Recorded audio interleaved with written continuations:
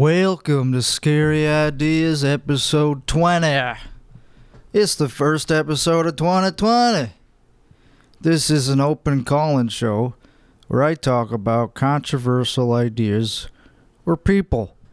For the first time, I'm streaming this show on a service called DLive. I like it better than Facebook for various reasons. I had no problems doing this on Facebook. I just found it to be a boring platform. The first topic I will be talking about is not very controversial, but the episode should get more edgy as we go. So, the first topic is environmental vegetarianism. You may be wondering what that is if you have an IQ of 89. No, I'm just kidding. I'm not trying to knowledge shame anyone, but I don't know what it is. I assume it means to be a vegetarian primarily to help the environment, and not because you love animals. I always thought it was kind of weird to be a vegetarian only to save animals. Like, it's not like one person not eating them is going to have an impact. But then again, just because everyone is doing something doesn't mean it's okay. Take the Holocaust, for example. Just because a lot of people hated Jews doesn't mean it was right. So, let's see the real definition on Wikipedia, the best source of unbased knowledge. And if you want to call in, the number is right up there. Nope. That's where it is. I pointed to the complete wrong direction, but, it's only the 20th episode, so that's why I don't know what I'm doing. So if we actually go to the real definition of environmental vegetarianism, it's a practice of vegetarianism when motivated by the desire to create a sustainable diet that avoids the negative environmental impact of meat production.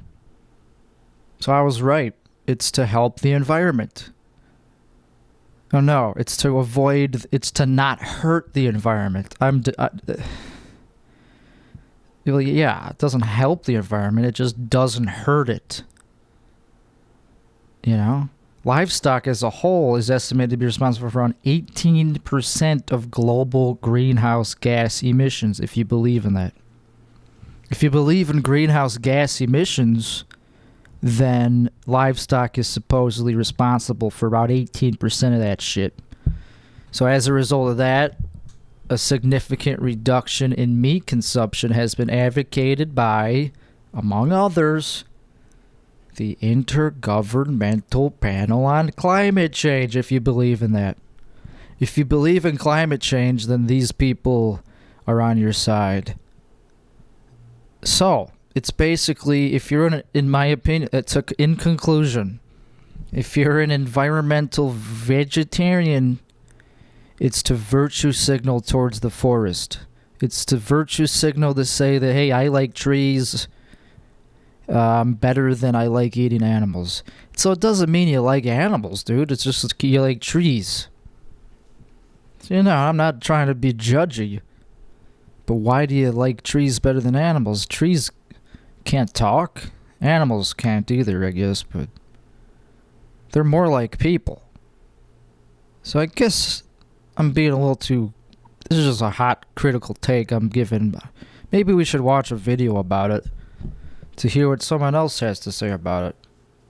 Let's go to the old YouTubes. In parts of the American West, for instance, ranchers are working to raise livestock in ways that actually help restore the land. Okay. And they're experimenting with ways that soil... I don't like this guy's voice. Why is this video at 2 minutes in? I messed up. Start at the beginning, please. Thank you. I have to admit that when it comes to food, I'm a total sucker. Whether it's sugar or grease or carbs, pretty much good. Bring it on. Carbs. And I spend a lot of time in Montana. So for me, that medium rare grass-fed ribeye steak, pretty much as good as it gets. Yep. I know. I don't do it often. And when I do, I gotta admit, I feel a little conflicted. And that's for a lot of reasons, including the planet. But how big of a problem is what I eat? I mean, does it really make much of a dent in something as huge as global warming? I don't think so, no. That's my answer to his question. It turns out what we put on our plates matters a lot. About 25% of all the global climate change problems we're seeing can be attributed back to the food and the choices that we're actually making about what we eat on a daily basis. Whoa. It's 24%? Oh, that was in 2014. We just read on the Wikipedia that it's only 18% livestock. This says it's... Oh, that's from agriculture. Never mind. I just thought they were talking about livestock and forestry and other land use. That's why it's 24% maybe. This is greater than all the cars on the planet. In fact, it's about twice as much global warming pollution as the cars.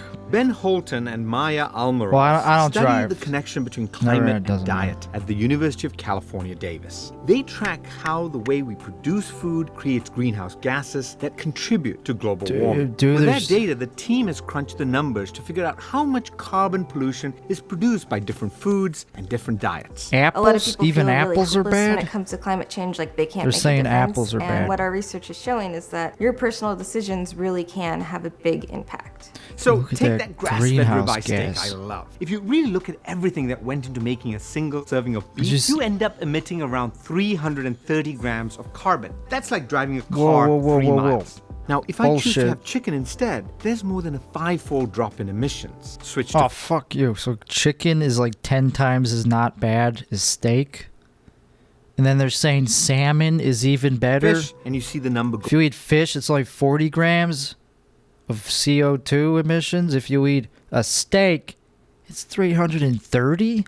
I think they're just fucking trying to get you to eat worse tasting food. That's my opinion. Go down even more. It's propaganda to get you to not enjoy yourself as much at a restaurant. Now, look at veggies. If I swapped beef out entirely for veggies? lentils, well, I'm down to practically... Okay, well, now they're just teasing me. Now they're just fucking with me, dude. They just want you to eat lentils for some reason, dude. Lentils are the worst tasting, most mundane food you could eat just to get by. They fill your stomach up and they're cheap. What are they trying to do to us here, dude? Like... Nothing. So why does beef, and lamb too for that matter, pack such a powerful punch to the planet? Livestock accounts for a little over 14% of global greenhouse gas emissions. If that sort of seems low to you, consider it's about equal to transportation. We're talking all the cars, trucks, planes, trains, and ships on the planet combined. This is partly because ruminant animals like cows and sheep, they're just gassy. And the methane they produce is at least 25 times more potent than carbon dioxide. Plus, it takes a lot of land, fertilizer, and about 1 billion tons of grain to feed all that livestock. And you could feed 3.5 billion people with that grain. Fuck the grain. I don't want to eat the grain, dude. Eating these grains ourselves, it would eliminate a lot of the CO2 that's emitted from cattle production. So it's clear that meat has a pretty big carbon load. But you know what they are? They're anti-cow. That's what they are. This is what this is about. There's cows. They're anti-cow lifestyle. They're shaming the cows for producing methane, which is natural to cows because we made them that way, which is natural because humans are natural, right? So it's just natural things in motion. Cars, same thing. Cars are natural. It's also worth remembering that not all livestock is raised equally. In parts of the American West, for instance, ranchers are working to raise livestock in ways that actually help restore the land. And they experiment with ways that soil and grasslands can be used to keep carbon pollution out of the air. But even these sustainable ranchers will really tell you we're probably eating too much meat. I know a lot of people who, if you don't serve them meat... Says you. That's subjective. For lunch or dinner, they're kind of like, well, when is the meat coming out? It's to the point now where the U.S. actually has one of the highest meat footprints per capita. So what about not eating meat at all? Vegan is the way to go for the least impact on the planet. But it's not that much different in terms of emissions than, say, a vegetarian diet. Okay. Wait. Okay. The team found that the environmental impact of the Mediterranean diet is pretty similar to vegan and vegetarian diets. It's a lot less meat heavy than what Americans are used to. So fish and poultry a few times a week. So falafels are fine. Beef maybe once a month, plenty of plant-based foods, and of course, loads of olive oil. Eliminating like 90% of your meat intake is more important than eliminating all of your meat. We don't all have to be vegan. We don't all even have to be vegetarian. If we can just reduce our meat intake, every little bit helps. And if you can bring it down a lot. Well, what about pizza? They didn't mention pizza. They mentioned the ingredients for pizza, kind of. You can help the climate a lot. If we all just switched to a Mediterranean diet, it could actually solve 15% of global warming pollution by 2050. If everyone were to move toward it, that is equivalent to taking somewhere around 1 billion cars off of the streets in terms of vehicle emissions. Let's just take the cars off the street. I mean, that's just because meat is... That is tough to pick between 1 billion cars and not eating meat at all. Okay, I pick cars. Fuck cars, dude. I'll walk. So that kind of a footprint is big time. But say you still want more meat than the Mediterranean diet recommends. Just cutting down your portion size to the doctor recommended 4 ounces can reduce your emissions by half. That's huge. In fact, the doctors are telling us we're eating about twice as much meat as we really need for a healthy diet. The good news is we are listening to our doctors. In the last decade, there's been a 19% drop in the amount of beef we eat. All these things that you're already being told are good for you. Hold on, let me go back to that. Last decade, people are eating meat that much less since the 70s? Oh, okay. Dude, what was going on in the mid-70s, dude? People were just eating steaks all day, which sounds great to me. Per capita, that means how many pounds one person eats in a year? They were eating 85 pounds of meat a year in the late 70s. I want to go back to that, dude. There's been a 19% drop in the amount of beef we eat. Yeah, all these things that you're already being told are good for you also happen to be good for the planet. So what we eat really is vegetarian a big part propaganda of the is working. I mean, we may apparently. not all be able to afford an electric car or putting solar panels on our house, but we all have to eat every day. And these choices we make can add up to really big numbers. And since meat has a pretty big carbon load, we need to be thoughtful about how much we eat. As for that ribeye steak that I really love, I am honestly trying to cut back. Maybe just a smaller piece of steak, or simply swapping out a meat dish for a veggie burger. It may seem like a small thing, but it really does add up to big impact. Veggie burgers don't taste as good, and also, so that's a moot point. And also, smaller portions. I mean, you might as well move to France if you're gonna do that. See, America likes steaks and guns, and we're gonna stay that way.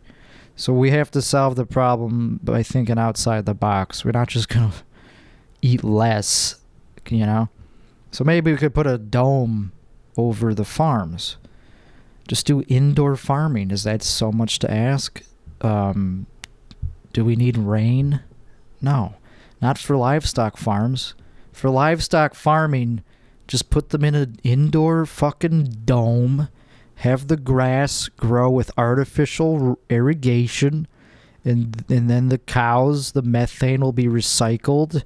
And then used for fueling cars or something, or fueling something in a clean way. So this is just propaganda from big lentil or whatever. Basically, whoever sells lentils is trying to make money off you by indoctrinating you to think that there's something wrong with meat, which there isn't. Also, it's pretty anti-cow. You just want to kill all the cows too?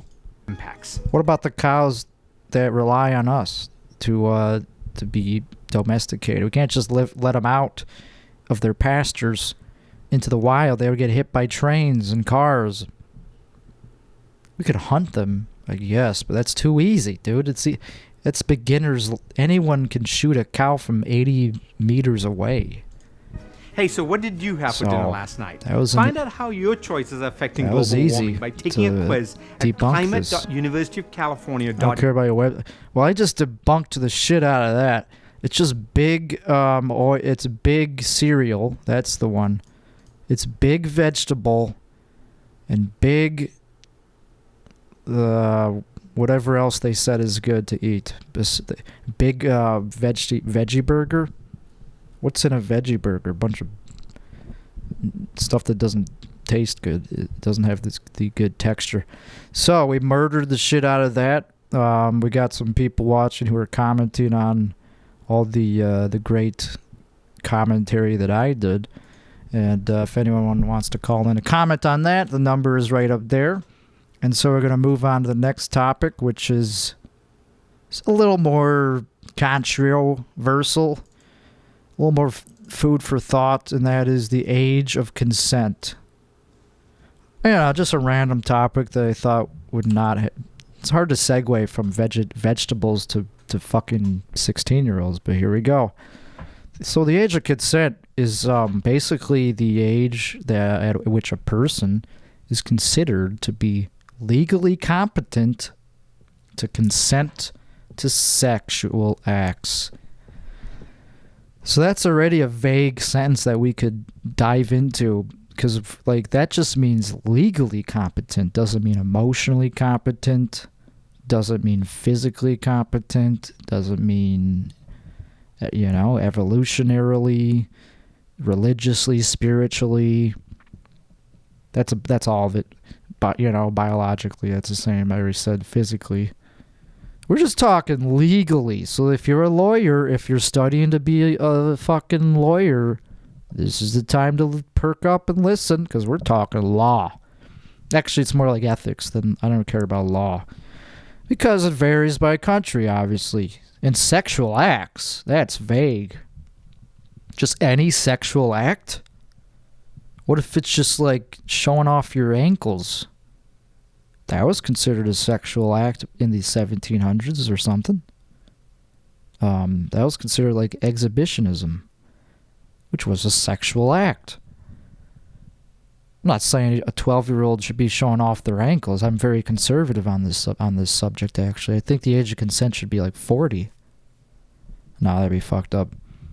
I'm not arguing one way or the other, actually. I just thought it'd be a cool topic because it's controversial as fuck. So, let's just keep reading this. So it says, an adult who engages in sexual activity with a person younger than the age of consent cannot claim that the sexual activity was consensual by law.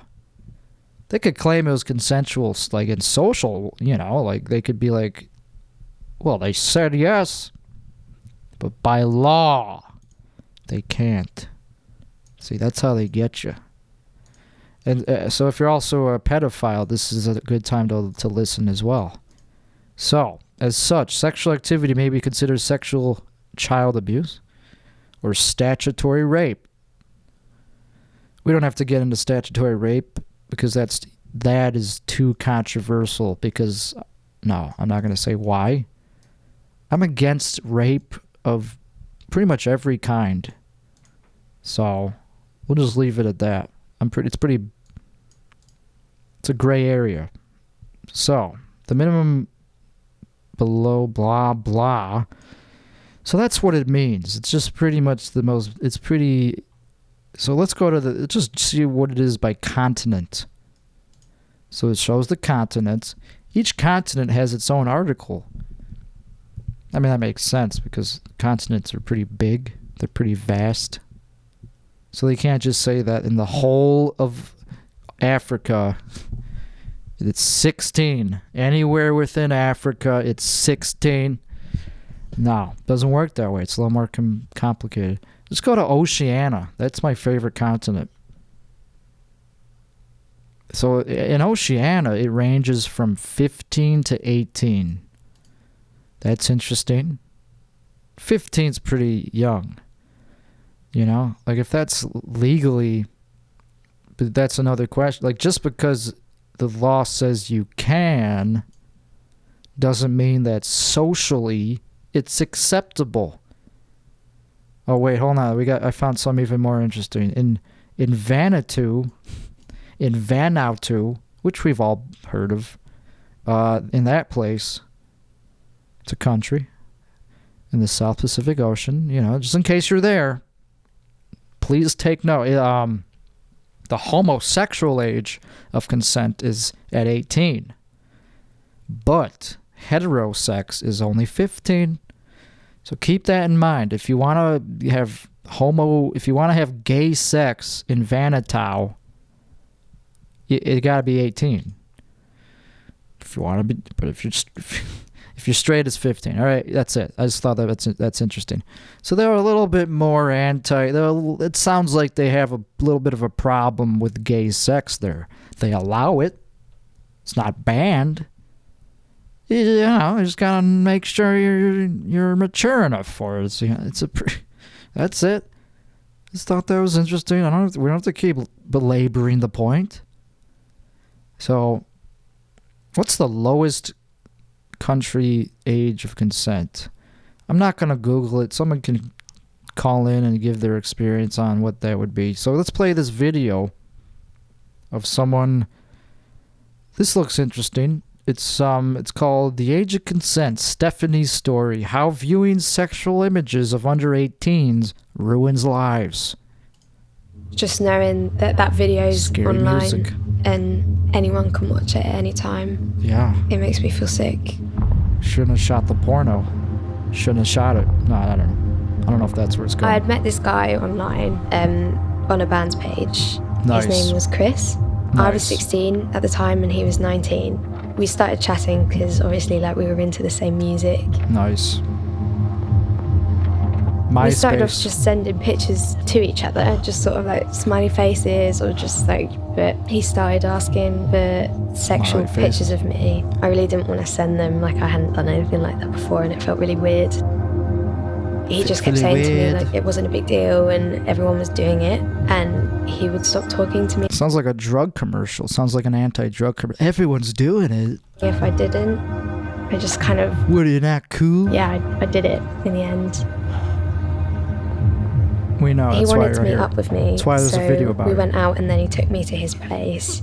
We had sex that... I like how it spells out E-R-M, instead of She actually said All right, I'm trying not to make light of this very serious topic. Let's continue on. night, actually.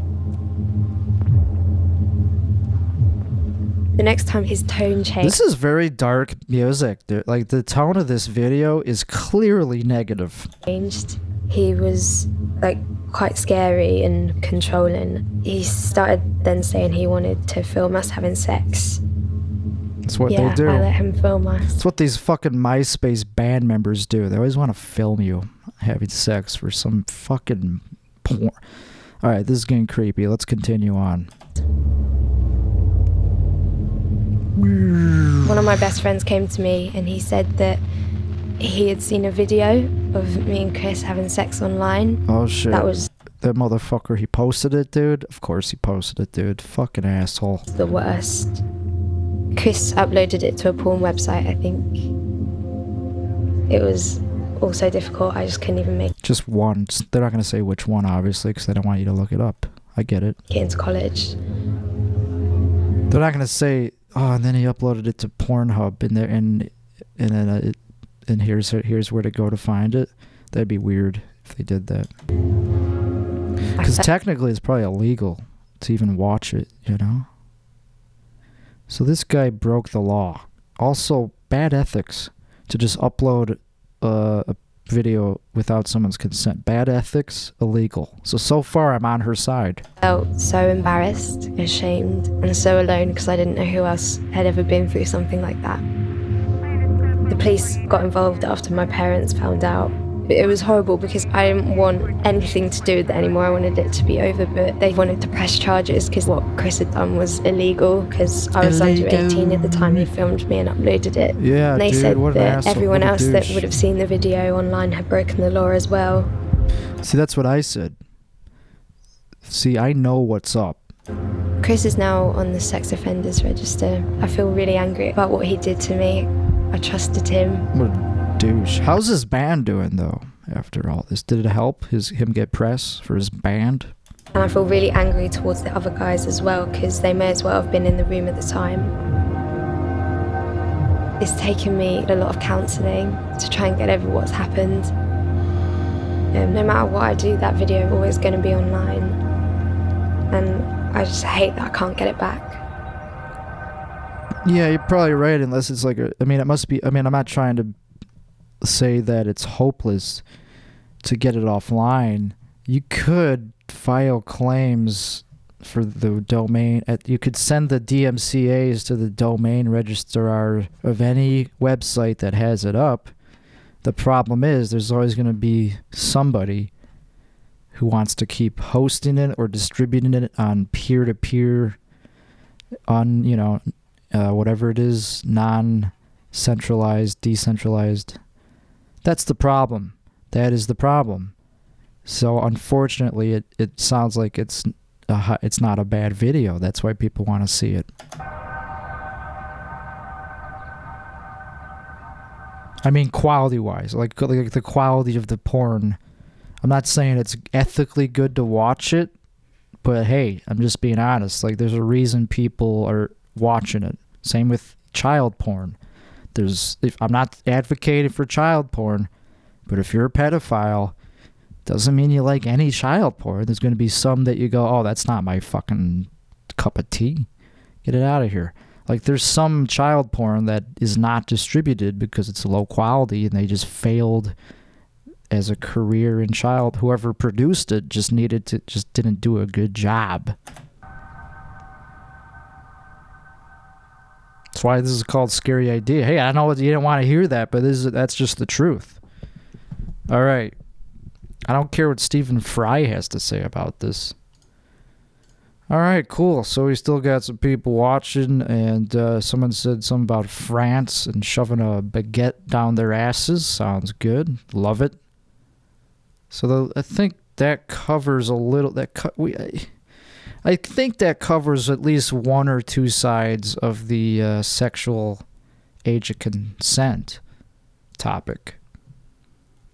I pretty much said that I'm not trying to change the age of consent. I'm literally just giving it a platform. This is a free exchange of ideas. I've never had a pedophile on this show. I've never had a sex offender on this show that I know. At least that's not why they were on. They may have been a sex offender. They just didn't say. I don't really tend to ask people that. I don't screen calls. If someone calls in and I don't go, hey, what's your name? Sex offender? Yes or no? And also I don't bring it up on the air. Like, if someone is having a nice conversation with me, I tend not to ask them if they're a sex offender. But doesn't mean I never would have a sex offender on, as long as they are in some recovery. That's the ethical boundaries that I will enforce. I'll have a sex offender on as long as they have been slapped on the wrist by some form of punishment and they claim not to continue being a sex offender. By that I mean they're not actually like on the prowl, going to websites trying to elicit whatever you call it, predatory behavior. If they're not doing that, I'll talk to them about their glory days, just like Alcoholics Anonymous. I'm not trying to glorify. Just because I said glory days doesn't mean I'm trying to glorify sex offenderism, sex offenses. I just use that phrase because it just is a correct way to describe something that people have done in the past. I was kind of kidding when I said it, like glory days. Like like everyone looks back with rose-tinted glasses towards their best times in life. And for sex offenders, that was probably when they were sex offending. So fuck you, SJW, who's watching this, for sure. So anyway, that was a good topic. So let's move on to a completely unrelated topic that I would like to engorge myself in. And that would have to be sex before marriage. You know, it's pretty related, actually. I don't know why I said it was completely not related. So I don't think I have a Wikipedia article for that, because who cares what Wikipedia has to say. But let's just go straight to a video about it. Let's go straight to YouTube. Here we go. 10 reasons to avoid sex before marriage. And we got a person with a pencil. Okay. 10 reasons. We got some nice acoustic music playing in the background. To avoid sex before marriage. I have a feeling this is going to be a positive video. Back in the days, they're trying to put like a positive spin on it. Like, yeah, dude, relax, dude. You know, you're not gonna be able to have sex before marriage, but look at the bright side. Sex before marriage wasn't even a subject to be discussed. Nowadays, however, young adults play with the idea and enjoy the satisfaction that comes from sex with pretty much anyone available in their lives at different points in time. Hell yeah. Look at that. They just drew a dude laying back. Like, they just showed the upper half of an unfaced guy clearly receiving oral sex. In other words, sex before marriage is the new norm. Well, since sex generally before or after marriage is a pleasurable act, why should anyone want to stop it or avoid it? That's probably the question on your mind right now. You see, whether for spiritual or religious reasons, or common sense reasons. Common sense reasons, yes. 1001 reasons. Yeah, let's take the religious part out. Let's just look at the common sense reasons. You should consider avoiding sex before marriage. In this video, we'll be sharing with you 10 reasons to avoid sex before marriage. I'm ready. Thanks for the preamble. Consider subscribing so you won't miss other interesting videos like this. Not going to subscribe before you even show me any content. 1. Sex often masks problems. Wait, I'm pretty sure you meant masks, not mask.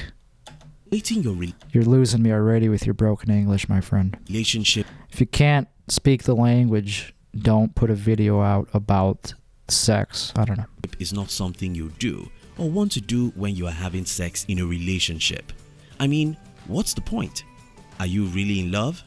Do you think you can spend the rest of your life with this person? No. These are some of the questions you probably won't let yourself think about or examine because you are having sex with him or her. The problem with this, however, is that it never goes away. It finds its way right back, especially after marriage, which is one of the reasons why you should avoid sex before marriage. I feel like they just talk themselves in a circle. So they said sex masks problems, but they said that it won't solve them, I think. And then it just gave like a circular reasoning for it. Let me actually play that again because I was talking over it way too much. Your life with this person. Hold on. Relationship problems. Okay. Evaluating your relationship is not something you do or want to do when you are having sex in a relationship. I mean, what's the point? Are you really in love? Do you think you can spend the rest of your life with this person? These are some of the questions you probably won't let yourself think about or examine because you are having sex with him or her. So they're saying sex is so powerful that it distracts you from asking yourself if you actually love the person. Okay. I guess that's reasonable. I just don't... Where's the evidence, though? The problem with this, however, is that it never goes away. It finds its way right back, especially after marriage, which is one of the reasons why you should avoid sex before marriage. Yeah, that's circular logic. They're just saying don't have sex because it'll mask problems, but then when you're married, you'll still think about the problems because of sex or something. But where's the evidence that that's true? And if you're getting married before asking those questions, I don't blame sex for that. I blame the person, so. 2. Avoiding sex ensures a selfless relationship. Participating in sex before marriage trains you to be selfish. You see, marriage is about serving your spouse, whereas indulging in sex before marriage is more about pleasing oneself than pleasing your partner. What if you're a bottom? Like, what if you're someone who pleases the other person and goes and like actually? That's a very like absolute non-truth about sex. Sex is not always pleasurable for yourself. Sometimes it's horrible, but you do it anyway to make the other person happy. That's the opposite of selfish. That's selfless. So this one was easy to fucking debunk. Self-satisfaction. Didn't even have to think. When you eventually get married to that person, you might not feel the same urges as in the past, causing you to restrain from sex. And when this happens, it can lead to more serious problems in the marriage. Wait, what? I don't even get what their conclusion meant. I was still thinking about if I agreed with the first part. All right, go ahead. 3. I don't care. Go ahead. In the case Number of a 3, breakup, okay. Avoiding sex makes it less painful and easy to move on. The psychological difficulties of dealing with a breakup. Yeah, okay, this one I agree with. If you break up without ever having sex, then yeah, you could move on because there is like a chemical change in your brain, I think, when you start fucking somebody, for sure. That's why people continue fucking so long after breaking up. They stay fuck buddies because of the chemical addiction. So this one I agree with, but also on the same token, or on the other side of the coin, I don't think you're ever really dating if you're not having sex. Like, that's not even really dating then. Then you're just friends. Can cause a lot of damage to your character, and it is exceptionally traumatizing when sex is involved because it is difficult to break the established connection between you two. Sometimes people hold on to a relationship just because they have had sex and not because they still feel the love they had for each other. However, when sex isn't involved, it might hurt to go through the process of a breakup, but moving on with your life won't be much of a problem as in the former. Well, then they probably weren't a very good partner if you could get over them that easily. I mean, if there's an emotional connection, that should also hurt and be traumatic. I guess. I don't fucking know. I wouldn't even call it a breakup at that point. That's just people just not being friends anymore. See, sex, a relationship without sex, I've never heard of that.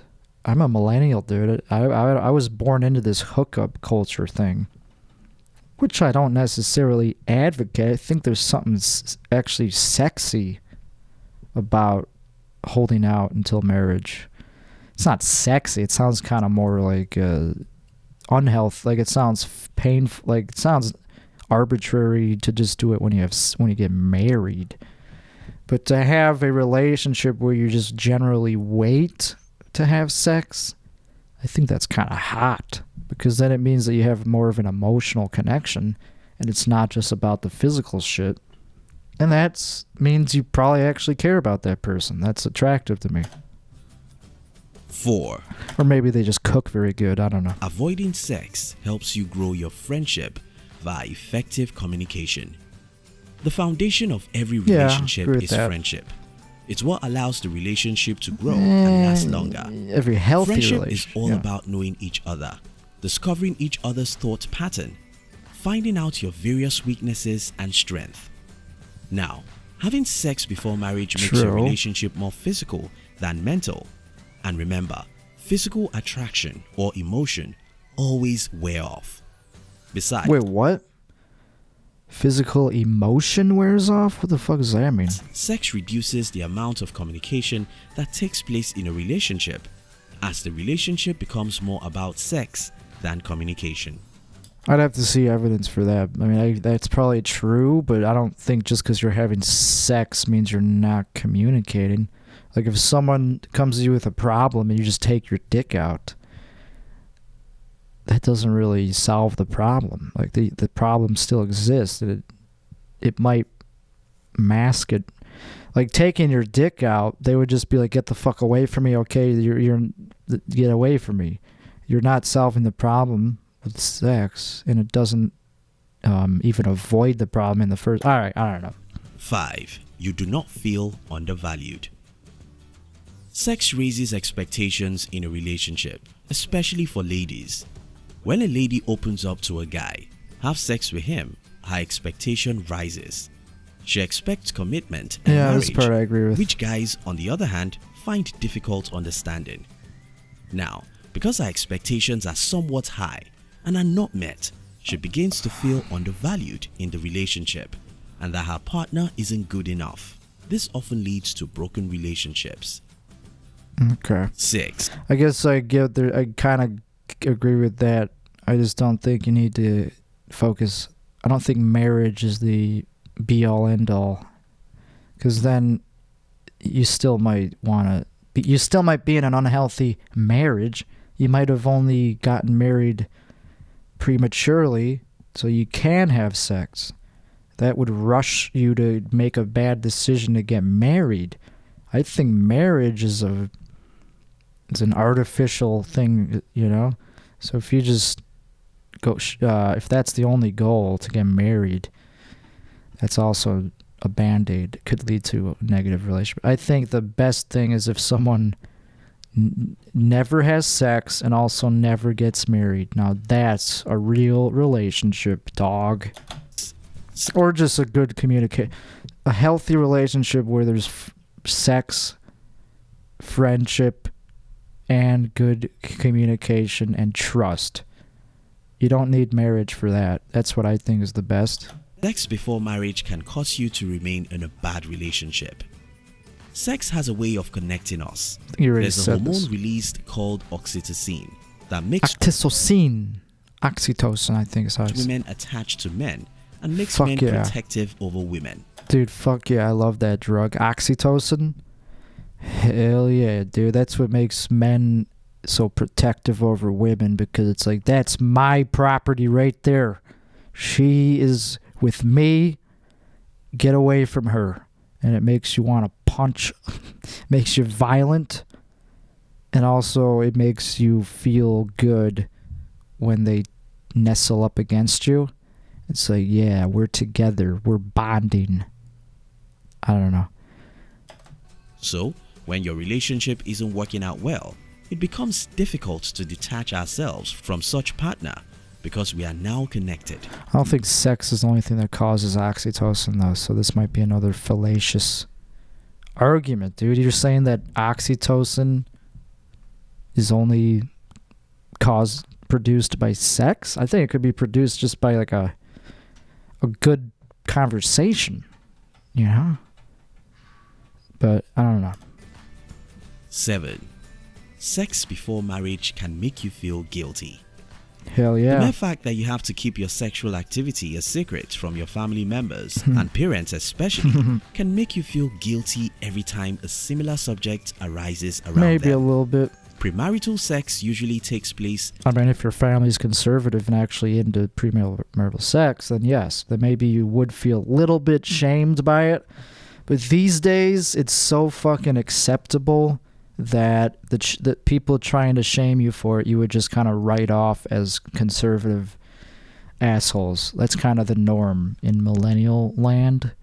To just be like, oh, my fucking mom, my grandmother, she was talking to me at Thanksgiving. And of course they show a picture of a turkey, because this only comes up at Thanksgiving.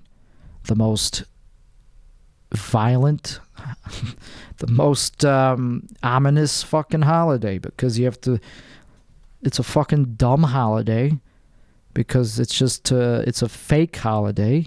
It's like, okay, we're just going to pretend that we have cohesion in our family, which of course no families do. So that's why it becomes awkward around the dinner table, because you got this intergenerational tension. You got these grandparents being like, "Oh, you're dating your somebody. Did you fuck yet?" And then you gotta be like, you gotta pretend that you haven't, because of course in today's culture, you fuck on the first date. You fuck before you even get their phone number sometimes, you know? So then you gotta go, sure, yeah, we haven't fucked yet. No, Grandma, no. And then in your head, you're hoping that she dies soon because you don't like that she's shaming you. But millennials are pretty narcissistic, and they're pretty good at still wanting them to die, but also just being like not even pretending that they're not fucking. Those like, fuck you, Grandma. Yes, we are having sex. And I don't want to hear from you. You voted for Trump. We're saving the world. We're vegan. We're environmentalists. We only eat lentils. We save the fucking penguins. We don't use plastic straws. You're the racist, Grandma. And then they storm out and go back to their mother's, wherever they're living, in their mother's basement or something. Sneaking around in hidden places, dealing with the fear of being caught, the fear of pregnancy, and feelings of guilt. Doing something that is non-conventional by the society can leave us feeling a pang of guilt and bearing the crux of questions. By society? Yeah, sure. No matter how broad and open-minded we get. 8th, sex before marriage. See, maybe this person lives in a different society than me. In my society, it's not very shameful to have sex before marriage, so it's not that hard to get away with. Increases the chances of undesired pregnancy. There's always the chance of making babies when you have sex. Okay, that's a good point. This one is true as fuck. That leads to undesired pregnancy. You end up aborting the pregnancy, giving the child up for adoption, single-handedly raising the child, or deal with a loveless relationship or home. Okay, for sure this one I agree with, that you don't want to have kids when you're not ready for them. And abstinence is the best form of birth control. But if you live in a developed world and you have access to birth control, you could still get away with a lot of sex, dude. So, this one's also very debatable. 9. Sex before marriage puts you at high risk of contracting one of the many venereal diseases. Now we're getting to substantial One safe point about sex after marriage is that both couples ensure that every medical test needed to check their compatibility, such as blood group, genotype, rhesus factor, and the likes. This is true. If you're a hoe or a player, you might get VD, and then you're gonna have to tell people that you have VD. And hey, if you wait until marriage, thankfully you don't marry somebody who was promiscuous, and then you're safe for the rest of your life from VD, dude. So there you go. Including tests which checks for possible sexual transmitted diseases is being carried out. But condoms are pretty good at preventing that, so I don't know. However, I think they're just against unprotected sex. That's what they're talking about. Has nothing to do with marriage. It is not so when you are just dating. This is because you cannot go about examining everyone you want to date until you are sure you are ready to marry them. You can't examine them? Because there is no certainty of their state of health. Right. There's a huge possibility of contracting an STD. You know, people lie a lot, I think, about that. Like, and also, it's awkward to ask. Like, if you're on a Tinder date and you're just going from lay to lay, from bed to bed, you should probably ask still, though. It's just that a lot of people lie, probably, or they just don't know. So you should be more careful. You should get them tested. Don't just ask them if they were tested. Go to the nearest AIDS clinic to get them tested. Go with them. If they can't afford it, then maybe you gotta rethink if you even want to have sex with them in the first place, because that means they're probably going to rely on you for resources. So hopefully they have good health insurance. Take them to the nearest AIDS clinic, HIV clinic. Why do I say HIV clinic? Because they're used to testing for everything. If your partner has one. 10. Avoiding sex ensures other ways of showing affection. No doubt. Like if you go to an AIDS clinic, they will be so used to having people who do test positive for VD that they will overdiagnose you even if you don't have anything. Like you might just have like a simple little rash, and they'll be like, "Oh, dude, that's syphilis, dude. That's syphilis. Don't fuck this person." And then, boom, you're safe, even if it's a false positive. Sex is a great way of showing affection, as you are at your most open and intimate state. I thought they were going to say of showing an erection. With your partner. However, sex isn't the only way to show affection towards each other. That's a good point. There are many wonderful ways to make your partner feel loved and valued, aside from sex. Because when couples start having sex too early in their relationship, there's a huge possibility that they discard other ways of showing affection and rely on the sex mode alone. I agree with that, dude, because sex could feel like affection unless you'd have the type of sex that I do, which is violent, which is like bondage, because that's not affectionate at all. That's like, I mean, there's no safety words. It's just like, okay, I don't care if you're in pain. I'm going to jerk off. I'm going to come, regardless of... No, I'm just kidding. But sex can be perceived as affection when it's not. It's just fucking biological impulse to feel that it is because of the oxytocin. So I agree with this one, because if you avoid sex, then you actually have to like think outside of the box and like buy them, not just buy them shit, but that is a good way of showing affection too. But to like cook for them if you're a woman. No, just kidding. You could cook for them if you're a man.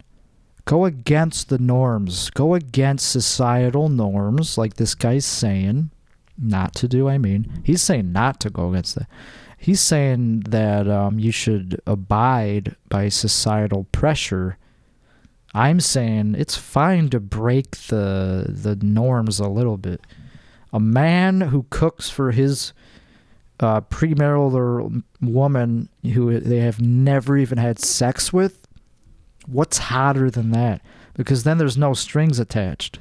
It's like, yes, I am going to cook this big-ass steak for you because I eat steak. I condone steak, and I'm not even going to try to get anything out of it. I'm not going to... I know steaks and blowjobs kind of go together. I'm not even going to try to get anything out of it. Not oral, not even a hand job. That is the sexiest thing I've ever heard. Thank you for watching our videos. We'd like to give you another interesting video. Cool. So that one was we did a fine-tuned, very honest, analytical analysis of that. Someone said, "Tim, you know a lot about AIDS." I was like, "Yes," and I'm like, and I agree. I take this stuff very seriously. For you to enjoy Your next. phone still but sucks. Before what then, does that mean? Our team will be very happy if you can like this video and share it with your friends on social media. If on you're social new here, don't forget to subscribe. Oh, someone tried to call? So you won't miss. Oh shit, that's what you mean? You mean someone tried to call? Oh, why didn't I hear it? Usually it makes a big loud ringing sound. Well, I just completely missed like 50 phone calls. Shit. God, I'm an idiot. I am such a foolish... I should have tested it beforehand. Cool. So we covered age of consent, sex before marriage. Let's just do a quick, a very easy one. One that's not going to ruffle any feathers at all. Sodomy. Alright, so let's just pretend that nothing happened and just continue talking about the rosy topic that was laid out in front of us, which is, sodomy. It's also called buggery, which I guess I kind of knew because of Gavin McInnes. He kind of hipped me to that code word. Like, buggery sounds like a euphemism, and hey, it's definitely a euphemism. It's one of the most euphemizing euphemisms I've ever fucking heard for something so intense.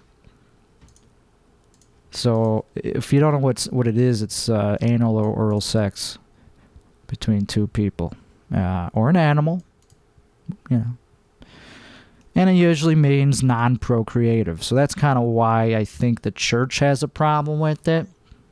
because you can't get anyone pregnant with it. That's the problem. If you could get an animal pregnant with sodomy, we'd be cool with it. Someone says to use Discord. That's a good idea. Then we could do like 10-way calls. That'd be awesome. And so here's a picture okay, this is the part of the video that will not be appropriate for children. If you have a child watch, I'm already showing it though, who cares? So I'm just going to enlarge this picture. In case you don't know what it looks like, that's what sodomy looks like. I know it's very graphic, probably not appropriate to show anywhere. But it's a painting. It's just a painting. It's a depiction of sodomy.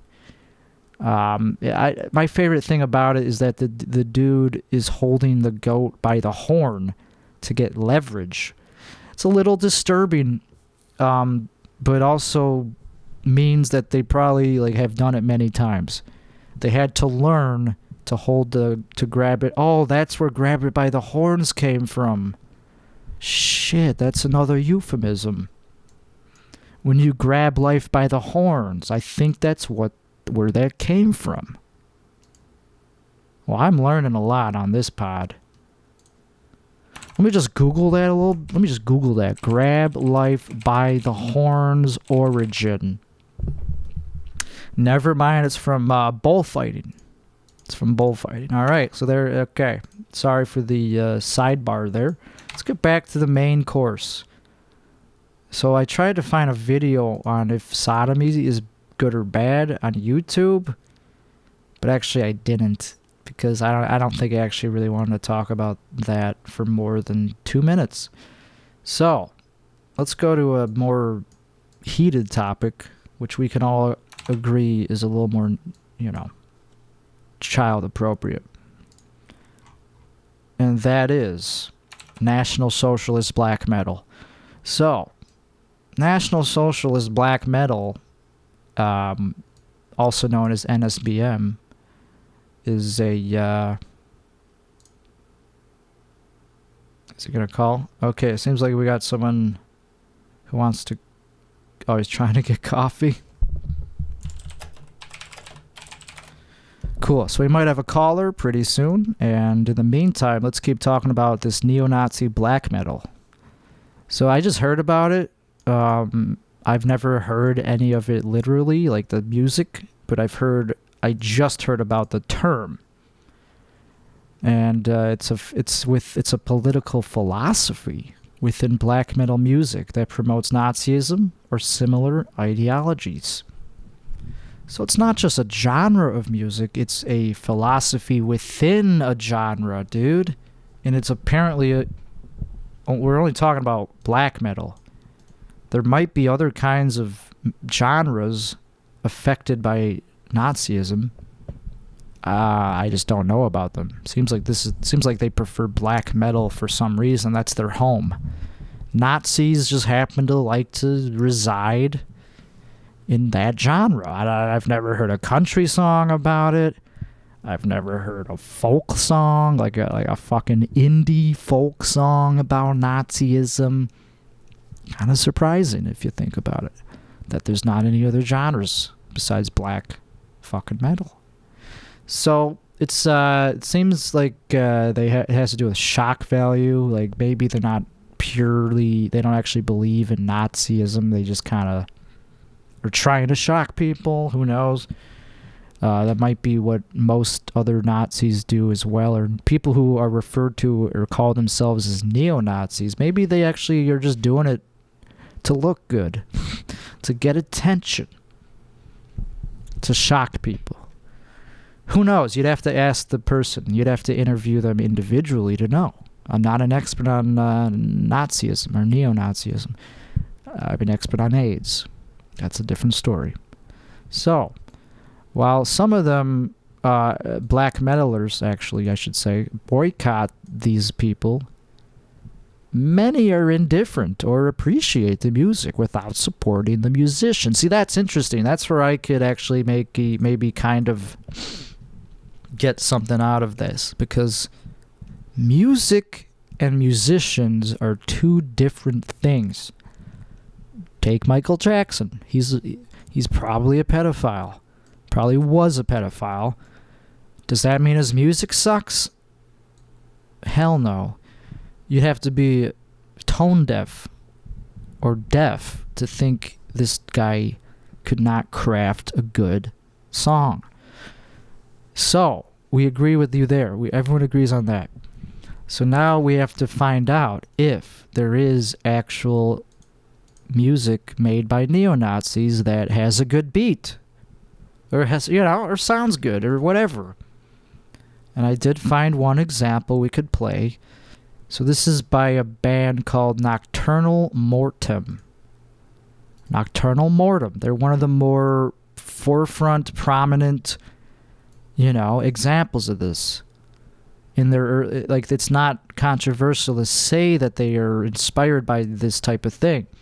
At least I think so, because it says that on their Wikipedia page, and it doesn't seem like it's being challenged, It seems like these are one of the founding bands of this, type of thing, ideology, influence. So, here's one of their recent hits. No, I don't think it's a hit. No, it's not a recent hit, but it is a fucking hit, because it has almost 1 million views on YouTube, and it came out maybe 10 years ago or 12 years ago, something like that. And it's called Goat Horns by Nocturnal Mortem. Let's give it a listen. Okay. Starts out some chimes or bells, whatever the fuck. I like this so far. Okay. Still nothing about Nazis. Not hearing anything about Nazis. Someone says those assholes burnt down a lot of ancient churches. Yeah, I think I've heard about that. And I think we could all agree, not cool. But like I said earlier, you gotta separate the art from the artist. So here's the art. Okay.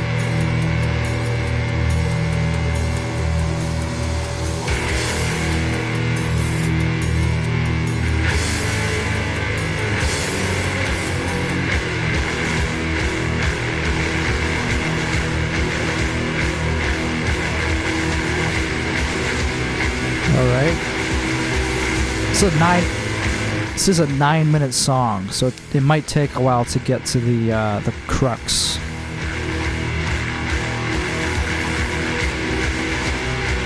So far, I'm not hearing any Nazi references. It does sound like it'd be good to play this during a Nazi rally, maybe, like in the 40s. But that's about it. Like with a bunch of Panzer tanks just going down to try to conquer their next country. Okay, here we go.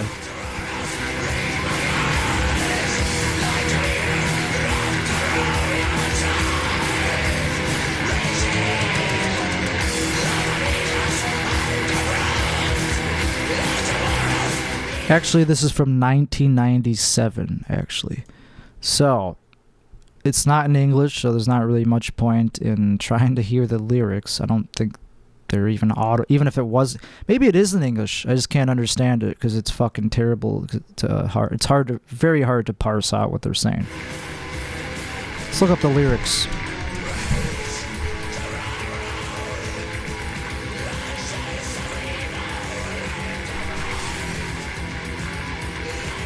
Oh, it is in English.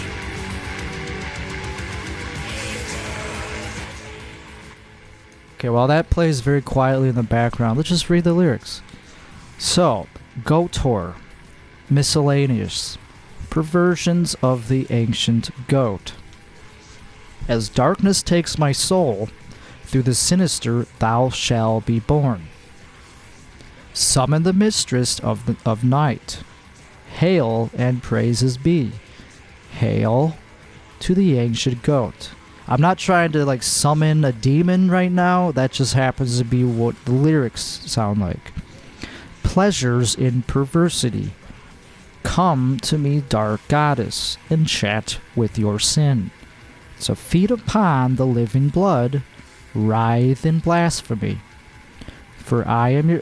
Do I become a Nazi if I read this whole thing? I feel like this is the thing you have to read to become a Nazi, and I don't want to do that. Not that any of this sounds Nazi-ish, so let's just keep reading. For I am your servant, praise to Baphomet. As darkness takes my soul, hail to the ancient goat. Birth to 1,000 young, hail and praises be. All right, so if there's any experts on interpreting lyrics, go ahead and send your take. I will try to fucking see if there's any Nazi references in there. Maybe it's not. Maybe there isn't. Maybe it was just kind of like one of their songs that are not Nazi inspired or something. I mean, but hey, that is probably one of their most famous songs. That's why I played it. But we're not going to go dig deep just to expose these guys. They already have been exposed, and they are still active, I think. Let's see. They are still playing since '94. No hiatuses. A lot of past members, though. A lot of people quit. A lot of infighting and shit like that. Alright, this guy says he's ready. I guess he wants me to call him. Let's see if it works. And here we go. Very slowly, here we maybe go. Contacting. It just says contacting. It doesn't say if it's ringing. Here we go. It's ringing.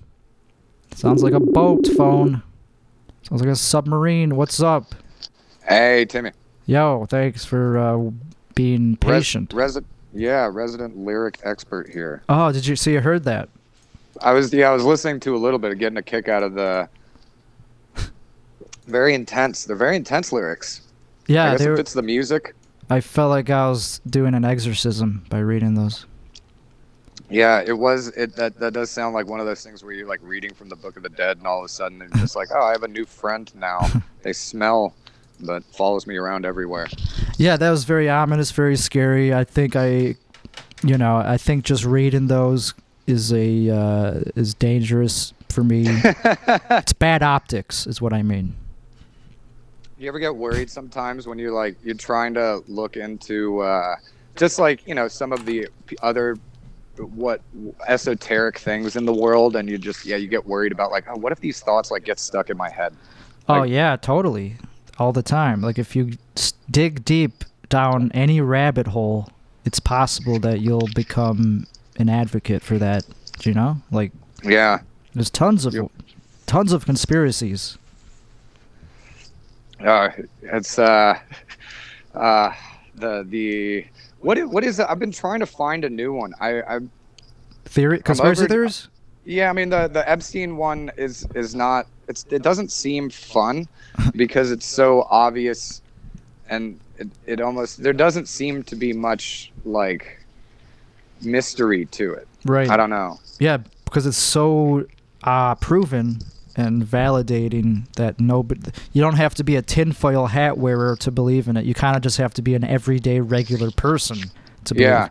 Do you think that takes the fun out of it? I wonder if that's like if part of it is like, oh, I believe this crazy thing, so if everyone believes it, it's like, I'm not that, believing LBJ had a hitman or something. That's yeah, it just makes it not crazy. I don't think it is. It's more crazy to think he did kill himself. Those are the real conspiracy theorists who think. Yeah, that's the minority. The no, super he actually, minority. Yeah. Yeah. It's what was I'm sorry, I missed the part on sodomy. I was oh yeah, we covered it a little bit. Like I just basically I gave like a very juvenile entry level explanation of it because I don't really know much about it. I just know that people don't like it. A lot of people don't like it if you're on the. It's not that they don't like it; they just use it as a attack word for homosexuality. If you're on like the far right. Oh yeah. Yeah, there's still a lot of people who are anti-gay marriage, and just think that homosexuality is a sin, So I just thought it'd be an appropriate topic for this podcast. Yeah, that's perfectly. Do you think the people? So there's, I guess I haven't thought about religion in a while. I used to be Catholic, but kind of, you listen to George Carlin long enough, it'll put it to bed. But no, it's I didn't think of that, of people being against straight sodomy. Like if that's a part of it too. They still. I mean, I don't know. It's that's I still guess a thing. If I'm playing devil's advocate, I think they're saying some people just use it as a way to attack homosexuals. Oh, I see. Yeah, just the no sex for procreation. Pretty much. Yeah, it's like, what if it slips in? It's like, are you automatically going to hell because? Are you saying bad aim? In terms of like a male-female? Yeah. Oh, good question. I've never heard it used for anyone but gay people, but technically that's obviously, we know that, we just looked it up, that's still sodomy. But I think what they are talking about is sodomites. Like it's someone who only does it that way. If it slips in, I mean, yeah. That doesn't mean you're a sodomite. I had a girlfriend that was a sodomite. Does that make her gay? Wait, she was only a sodomite? She like kind of preferred anal sex. She's had some issues. I think she had. Oh, by the way, someone in the chat said, "Who is this?" I forgot to introduce her. This is. Should I use your real name or a moniker? Oh yeah, no. We have. We can use my real name. All right, this is Andre. He's a comedian from my local municipality, Chicago. Hello. That's who it is. Forgot to introduce him. Happy to be here. So anyway, back to sodomy. Anyways, yeah, no, that's not a. It's the shitty thing though about when you have a girl that's somewhat like sexually adventurous, it kind of screws up the curve then, because afterward you're like, well, like, aren't these things on the table? And it's like, for a lot of people it's not, and then it's very limiting. Oh, you mean since you were used to it with her, you wanted to do it with other people? Yeah, and I think it might be a generational thing. I'm talking to some younger comics, apparently it's maybe more of in their 20s. I guess the eating ass is very popular, so also sodomy itself is kind of more on the table. But yeah, and I'm 35, so ladies my age it's still taboo, I think. Which one? The eating or the penetrating? I think all of it. Both. Just the whole. It's still sort of like, no, that's just the out hole kind of thing. Which is I don't understand. And any of it, like I couldn't have. I don't understand. I still don't understand sex. Oh, okay. You don't understand how someone could be against it, or? Well, I totally get how people could be just like against it and just be like, no, that's because I don't know. There's poop there. Right. So I kind of get it, but I don't know. People are different. I don't know what I'm talking about. I do think 35 is probably is close to the age where it becomes taboo. If you're 35 currently, that's pretty high in the millennial age bracket. So if you're 25, that's probably where you see a more generalized approval for it. Yeah. In my opinion. It seems it's a bigger age gap than, 10 years seems like a lot, but then it's not, because it's just we're all adults. But then, yeah, like on some cultural things. I also think it's annoying that I'm 35 and still considered a millennial. It is. I don't feel connected to the millennial Exactly. experience. You're on the cutoff, kind of. Yeah. You're also in your 30s, right? I'm just turned 30, but I feel very much like a millennial because I'm in the middle. So, but millennials, like, we still feel like kids, even though we're not. No millennials are kids. Right. I didn't think about it that way. I didn't know that was actually part of it. Is that it's still like it's a stunted development thing? Yeah, totally. That's how I look at them, at us, at this whole generation. We're the ones who we just no longer had job readiness out of college. We're the ones who got fucked by the system, by the student loans, the not having skills, and not being self-sufficient in other ways. Like, we are fucking pussies. Yeah. The college track in general is so. I think before it was like people went to college if they had a passion that they wanted to pursue, or like, I want to be a doctor, I want to be an architect. But then it became already like, yeah, just everyone goes to college. Going to college will get you a job. You just figure it out from there. Which is like, that's not. The ingenuity. Oh man, I feel like an old man on a porch right now. No, me too, but I also I know I'm always going to be that way.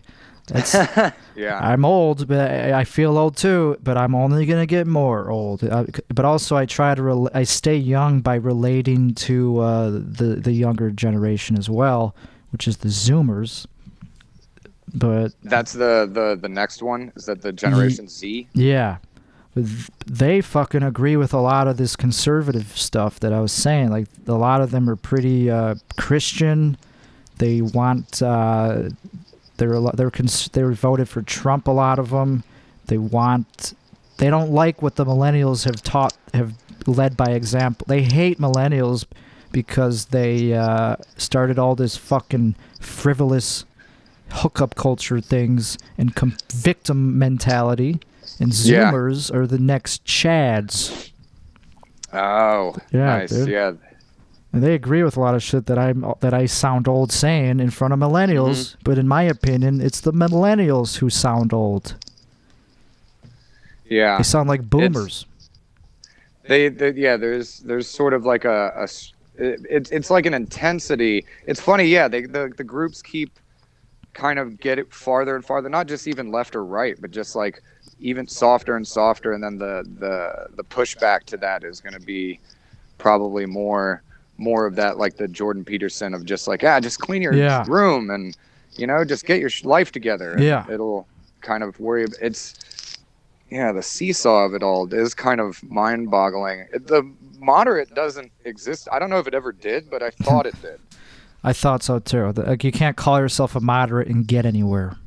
No one's gonna jump aboard the moderate bandwagon. You gotta be very hard.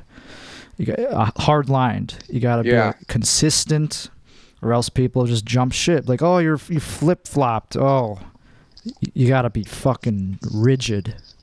Oh, it's like, oh well, I don't know. You got more information. I learned. I was wrong.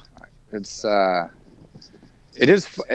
never thought it would happen to me, but sort of similarly. So that when you're young, you're more liberal, and as you get older, you get more conservative kind of thing.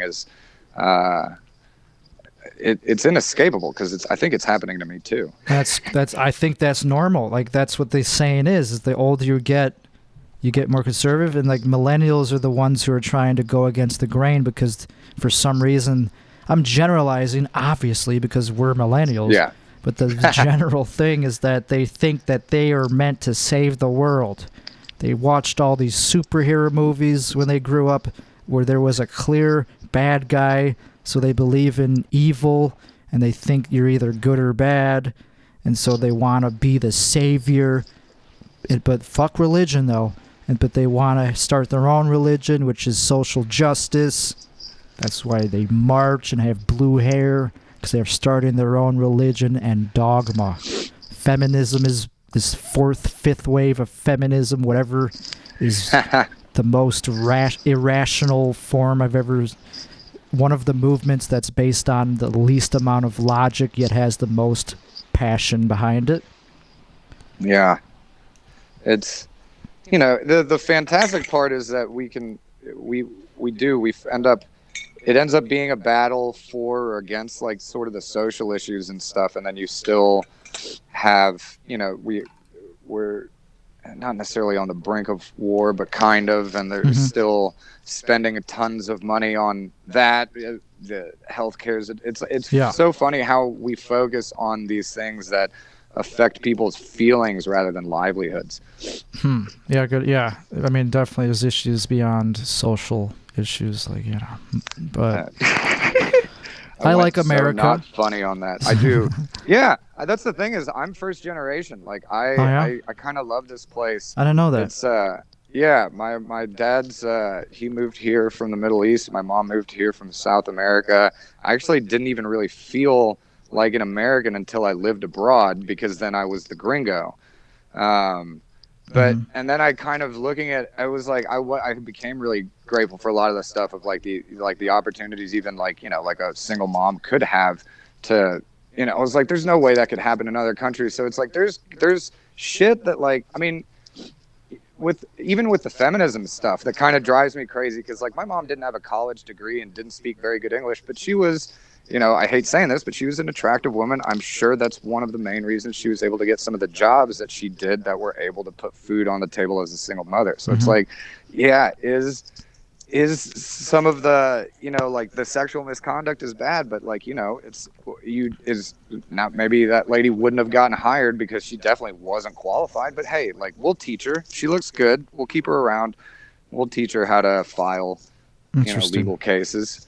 Hey, I mean, yeah, it's probably some truth to that. I mean, that, looks are everything, I guess. No, it's hard to say. She did try hammering it home that looks will get you far, and I was like, yeah, I don't know. I feel like that still does only work. It doesn't work for guys as well. So I was like, I think still. Yeah, unless, I mean, it does if you're just talking about the dating world, I guess, but not in the job. The marketplace, really. Yeah. It probably works the inverse. You want, like, I don't want my tax guy to be, like, really good looking. Really? I want him to, I don't know. Maybe not your tax guy. Yeah, you just want to be Jewish. Or just, like, have a hunch in his back that he's been poring over the documents forever, very diligent. Right. I agree with that, but also I had to close out. I had to do this transaction where I had to, like, see a lawyer yesterday because I had close, like, my condo is getting deconverted to rentals, so I had to do that. So I had to sign a bunch of documents, and so this dude was a pure Chad. And I was like, dude, I would love for this guy. I would marry this guy. Yeah, like he just had everything. He took initiative. He didn't fuck around. He was an alpha. For reals. I was like, dude, he probably has a fucking hot wife. If he doesn't, something's wrong with the world. It's shit. It's tough too when you see those guys. Like, man, I would. Outside of this context, probably a nightmare to deal with. But I'm really glad you're on my side right now. Yeah, dude. It turns out. It seems like we agree on a lot of shit, and that's usually the only people who call in. Or people who agree. We'll have to find something that we at least mildly disagree on next time. I'm sure we can. Yeah. Cool. So did you want to let you go then? What else? Yeah, sure. If I can plug a show real quick. Go for it. We're doing a show at Revolution Brewing on Milwaukee Avenue in Chicago. On Wednesday, we have 4 really great comics on the lineup. James Fisher, Gina Geffert, Alex Kuman, Eric Emerson. Awesome. So it's going to be a really great show. It's a free show, and they are debuting, I think, a new beer, so come try that. Oh, beautiful. Well, great. Thank you for calling. But yeah, man, thanks for having me. It's fun to at least talk. It's tough in sometimes in this world to speak about honestly. Everyone's worried about optics. Yeah. Awesome, man. All right, it was man. Good talking to you. It was a great show. I'll keep listening. Sounds good. I'll see you around. Thanks. All right. Later, Tim. All right, cool. We managed to get a caller on this show before it ended, and I didn't know that he would actually be on my side of the coin when it comes to feminism and America. And we didn't talk about guns, but I'm going to assume he likes guns. I don't know. If you want to call in, the only way to do that right now is through Facebook. And so it'd be cool to maybe try to get one more caller through Facebook Messenger if someone would like to do that. And for that to happen, I'll probably have to first accept you can send me a friend request. My Facebook is very public because I am a comedian, which means that I am a very public person. I put out a lot of my real information on the internet. None of my posts are private. All of them are public. Everything I do is for attention. So that's why it's pretty easy to get access to this. So I'm going to stall for another maybe 30 seconds to a minute. I will edit this out. Someone says, nah, man, I do want to call in, but I'll wait until he fixes he doesn't want to use Facebook. That's what he's saying. I get it. That's totally fair. I am not going to force you to use Facebook just to talk to me. That is definitely not a good enough reason to go back on Facebook after ditching it. And I'm sorry again about the fucking phone lines not working. Usually it works. Usually I use a different browser, but I had to switch to Firefox because for some reason Chrome just wasn't giving me the audio. So maybe someone else will want to call me on Facebook, so I guess I'll continue the show for another few minutes by talking about another issue, another controversial subject. We already talked a little bit about the Nazi punk thing, so we won't look into that again or further. Let's look on one that's definitely not controversial, and I'm not just kidding like I did last time with the sodomy thing. That was obviously controversial, kind of. I like to pretend something's not controversial when it actually is, and vice versa, blah, blah. So this topic is Wikipedia being controversial itself. We're going to Wikipedia to learn about how Wikipedia is biased. And I actually had a video lined up for that, which I guess I just fucking closed the tab for because I'm a fucking idiot. But we can just read a little bit about it. So if we go to Wikipedia's own fucking page about themselves, it says that the critics state that they exhibit systemic bias. Ooh. Edgy. And so some dude named Edwin Black said that they have a mixture of truth, half-truth, and some falsehoods. That's not that bad. They got off pretty easy so far. I mean, that's the worst you could say about it. And then someone named Oliver Cam and Edwin Black, also him, the same dude, noted how articles are dominated by the loudest and most persistent voices, usually by a group with an axe to grind on the topic. And I definitely agree with that. Like if you go to certain articles by usually people that are controversial, it'll say shit about them that's very generally negative. Like, certainly for anyone on the political right. If you're an American political figure who's on the right, like Milo Yiannopoulos, for example, man, you'll have some shit on there that does not make you look good. A great example is Lauren Southern. Let's really quickly go to hers. She's not even that relevant anymore, but she's a Zoomer, I think. Technically, she's in the Zoomer range of whatever. Like I was saying, a lot of Zoomers are fucking conservative, but she's fucking very against the grain. And she's from Canada, and she has been... So if you go to her Wikipedia, which we're on right now, it says... I don't know that much about her, but it says pretty... It says she's been described as alt-right and white nationalist. And she ran for the Libertarian Party in Canada. And for what, though? Just says the federal election. Okay. She was known for this whatever conspiracy theory. Yeah, like it's another thing it says about people on the right, that they're conspiracy theorists. Owen Benjamin, another perfect example, but really quick. It says that in blah blah 2017, she was detained by the Italian Coast Guard for blocking a ship embarking on a search and rescue mission. That's funny. Seems pretty random. But also it happened, so it's not that biased to say that. And then she went on a speaking tour with Stefan Molyneux, another controversial dude. And it notes that her attempted speaking tour of New Zealand was unsuccessful. Ooh. And then the Auckland Council canceled her booking of a venue. She got blocked from speaking in places. So, I mean, that's not that bad. They just said that she had a failed speaking tour. Big deal.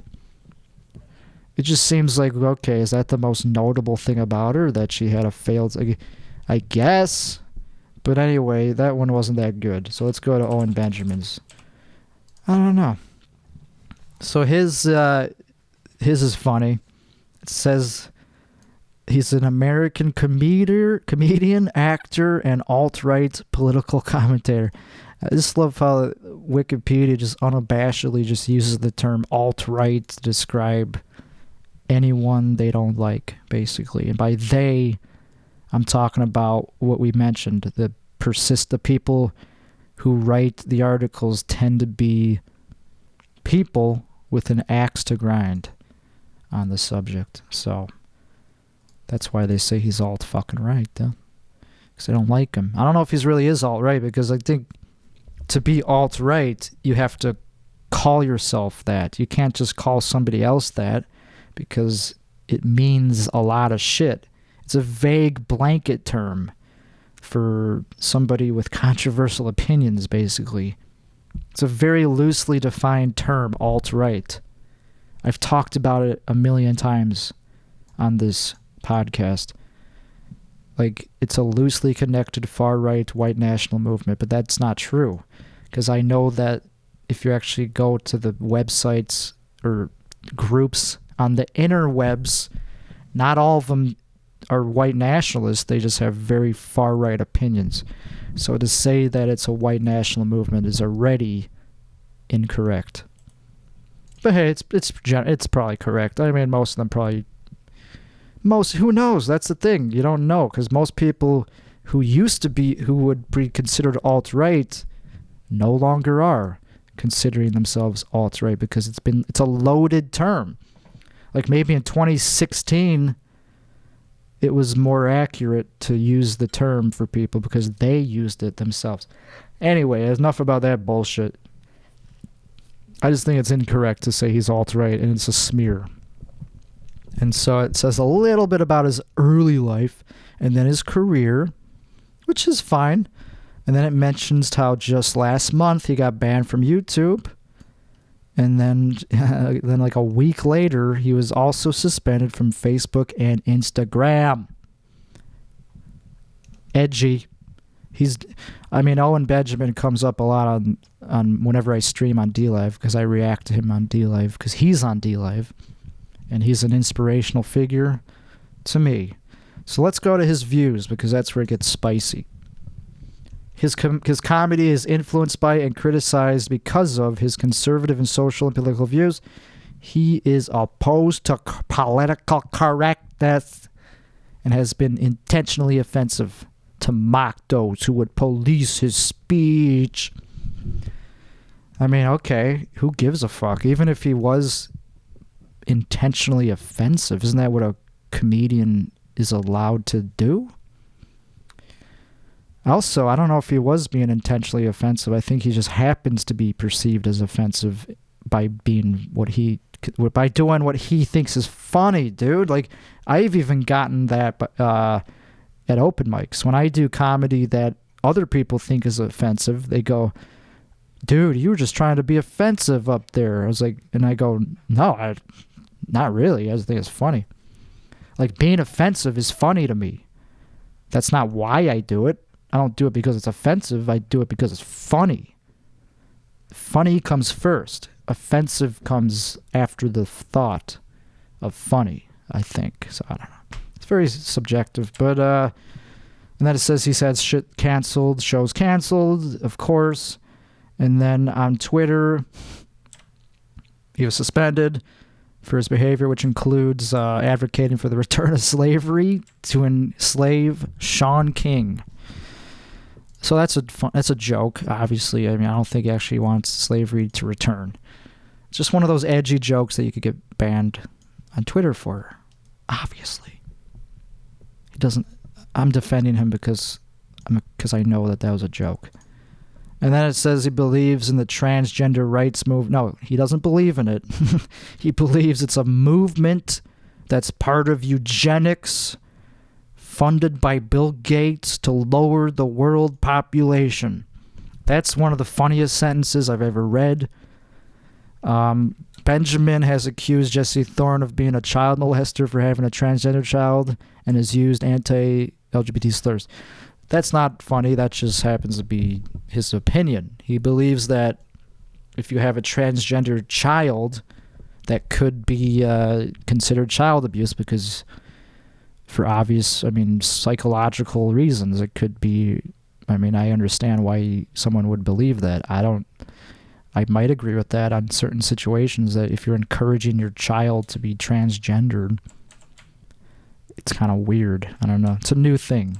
It's a very new thing, so it's okay to criticize it. Benjamin does not believe in the moon landing. I like how that's its own paragraph.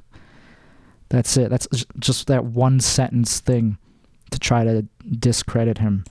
By the way, he does not believe in the moon landing. Oh, by the way, he's a creationist who does not believe in the theory of evolution. He also does not believe that dinosaurs existed. Benjamin also believes that HIV is a hoax. Alright, I love that. See, this is fucking hilarious.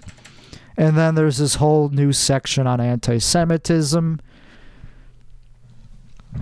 You know, I could do a whole episode on that, or I could do a whole podcast on anti-Semitism, but we know, if you know on Benjamin, if you've been following him recently, everyone knows that he definitely has some anti-Semitic conspiracy theories.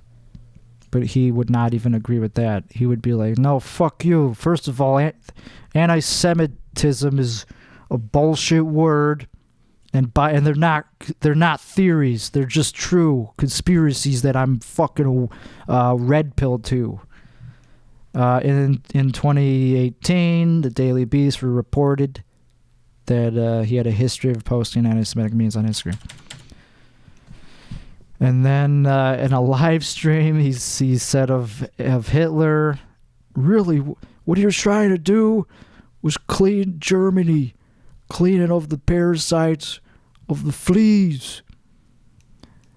Gamma, he did not hate Jews. He hated filth, and he was trying to clean it up. All right, that's pretty controversial. I get why that could be controversial. In the same YouTube live stream, he said that Jews run our entire media, all of Hollywood, and all of pornography. Ooh, I didn't know that. I didn't know that Jews ran pornography.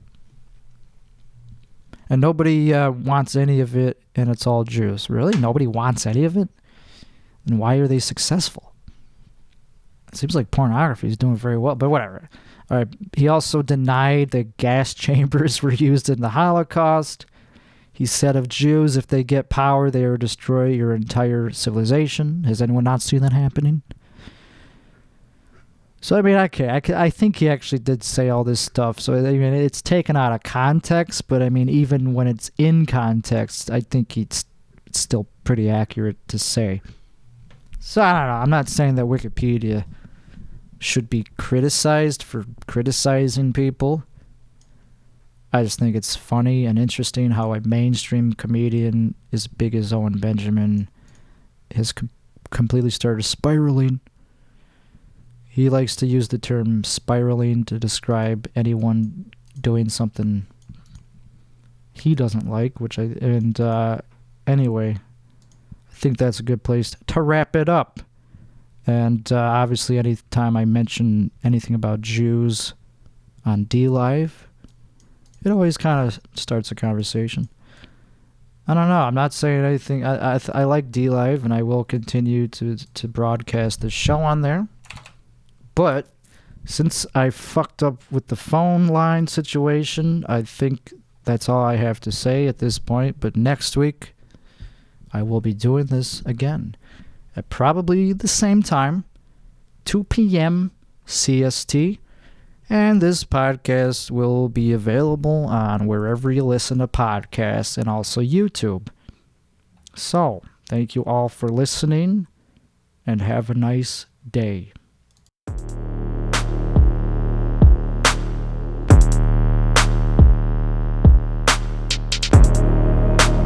The Sergeant at Arms will restore order in the gallery.